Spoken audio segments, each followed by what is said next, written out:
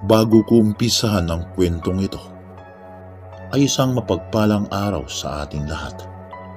Sana nasa mabuti kayong kalagayan. Shoutout sa lahat ng mga OFW nating mga kaibigan, sa mga blind community, at sa lahat ng security guard sa buong Pilipinas. At sa mga bago pa sa channel na ito, ay huwag kalimutang pindutin ang subscribe button at ang notification bell para updated kayo sa mga bago nating videos. Ang kwentong ito ay hango sa totoong buhay ni Banong taong 1975 sa isang liblib na lugar sa isla ng Siquijor. Simulan na natin ang kanyang kwento. Mapagpalang araw, Sir Mel. Tawagin niyo na lamang po akong Banong, Tubong Leyte. Nagsimula ang kwentong ito nung napadpad ako sa isla ng Siquijor at doon ko nakita ang aking asawang si Elsa. Kakalipat lang namin, Sir Mel, sa bago naming bahay at may napansin akong isang punso sa aming bakuran. Habang abala ang aking asawang si Elsa sa pag-aayos ng aming mga gamit, ay naisipan kong linisin ang aming bakuran at sirain ang punso sa pag-aakalang wala lamang ito. Ngunit nang akma ko na itong sirain, ay may narinig akong isang napakaliit na busis.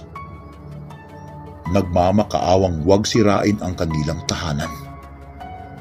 Inilibot ko ang aking paningin sa paligid. Ngunit wala akong nakitang tao. Sino ka? Napasigaw ako sa sobrang takot. Biglang nagpakita ang isang napakaliit na nilalang, Sir Mel. At bigla itong nagsalita. Huwag kang matakot, kaibigan. Isa akong mabuting nilalang. Ibigay ko sa inyo ang inyong gusto. Basta wag lamang ninyong galawin ang aming tahanan. Hindi ako kaagad nakakilo, Sir Mel, sa aking pagkagulat. Ngunit nang mahimasmasan ako, ay pumayag na lamang ako sa kasunduan ng maliit na nilalang. Lumipas ang maraming araw, Sir Mel. Napansin kong maraming swerteng dumating sa aming buhay. At alam ko, dahil ito sa kaibigan kong duwende, kaya't naisipan kong puntahan ang kanilang tahanan para dalhan ng mga pagkain bilang pasasalamat sa mga swerteng binigay nila sa akin. Kaibigan, tanggapin mo ang munti kong alay sa inyo. Tanda ng pasasalamat sa mga swerteng dumating sa aking buhay. At alam ko, dahil yun sa inyong tulong sa akin. Wika ko sa kaibigan kong duwende. Kaagad naman itong nagpakita at kinuha ang mga dala kong pagkain. Patuloy ang aming pag-uusap habang nililinis ko ang paligid ng punso. Habang ako'y iyong inaalagaan, ay walang sinumang maaaring kumontra sa iyo. Wika ng duwende sa akin.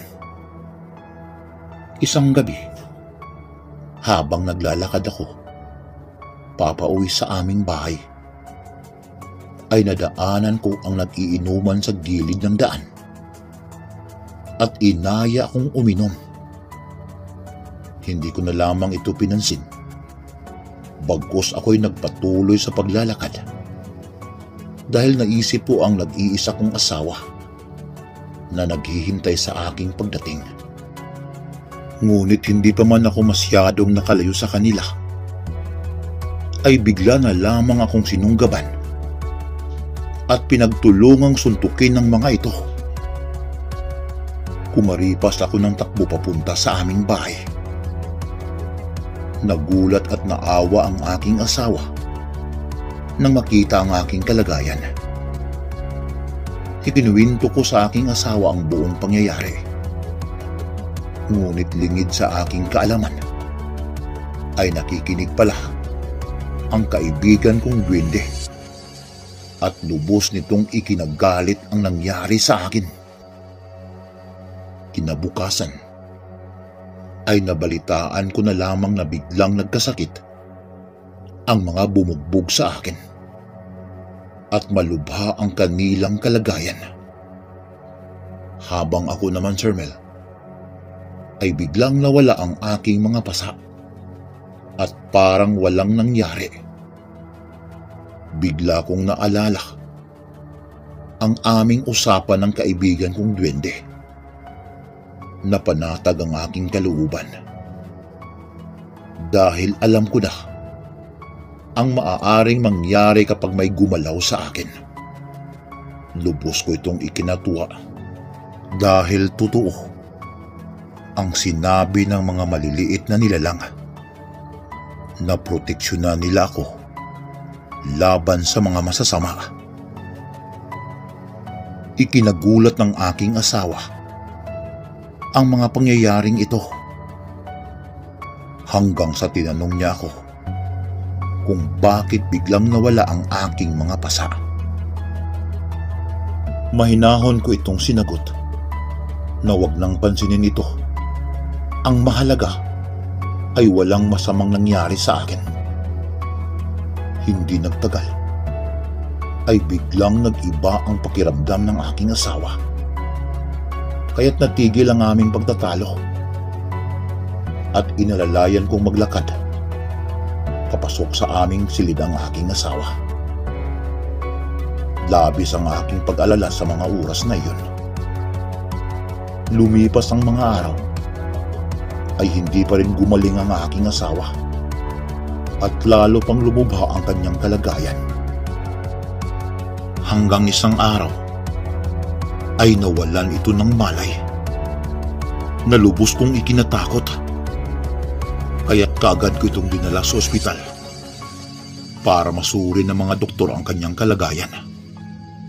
Ngunit pati mga doktor ay walang makitang sakit sa aking asawa.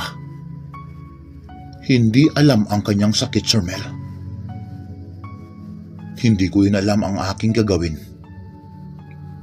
Napaupo na lamang ako sa silya at napaiyak hanggang sa sumagi sa aking isipan ang kasunduan namin sa mga duwende.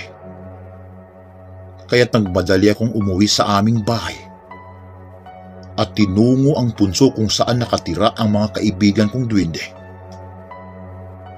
Kaibigan, nasaan ka?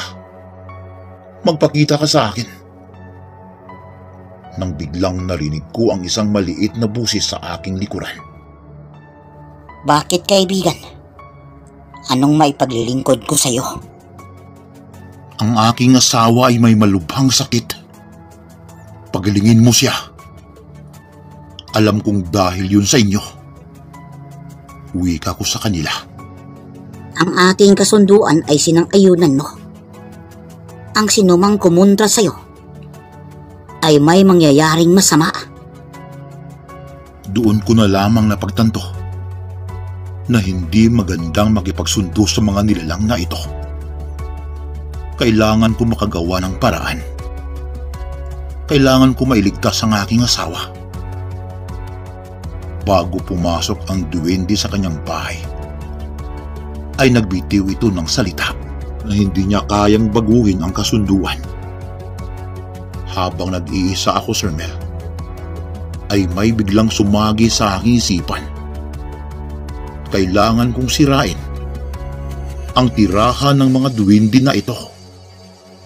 Kaya't kumuha ko ng pala, Sir Mel, at sinira ko ang punso na nasa aming bakuran. Nagulat at napasigaw ang duwende sa aking ginawa. Kaibigan, kapag nasira ang aming tirahan, ay hindi na kita mapangalagaan. Paumanhin, kaibigan. Ngunit mas mahalaga ang buhay ng aking asawa kaysa ating kasunduan. Tugon ko sa mga duwende, kasabay ng pagkasira ng punso. ay sa ding paglaho ng duwende. Hindi tumagal, Sir Mel, ay bumalik ang sigla ng aking asawa at sinabi ko sa kanya ang lahat. Ang kasunduan namin ng mga duwending nakatira sa punso ng aming bakuran. At lubos ko itong pinagsisihan, Sir Mel. Lumipas ang panahon, ay buntis na si Elsa. At ang aming bakuran, na dating tirahan ng mga duwende, ay pinagawa kong mga palaruan ng aming mga magiging mga anak. Dito na po nagtatapos ang aking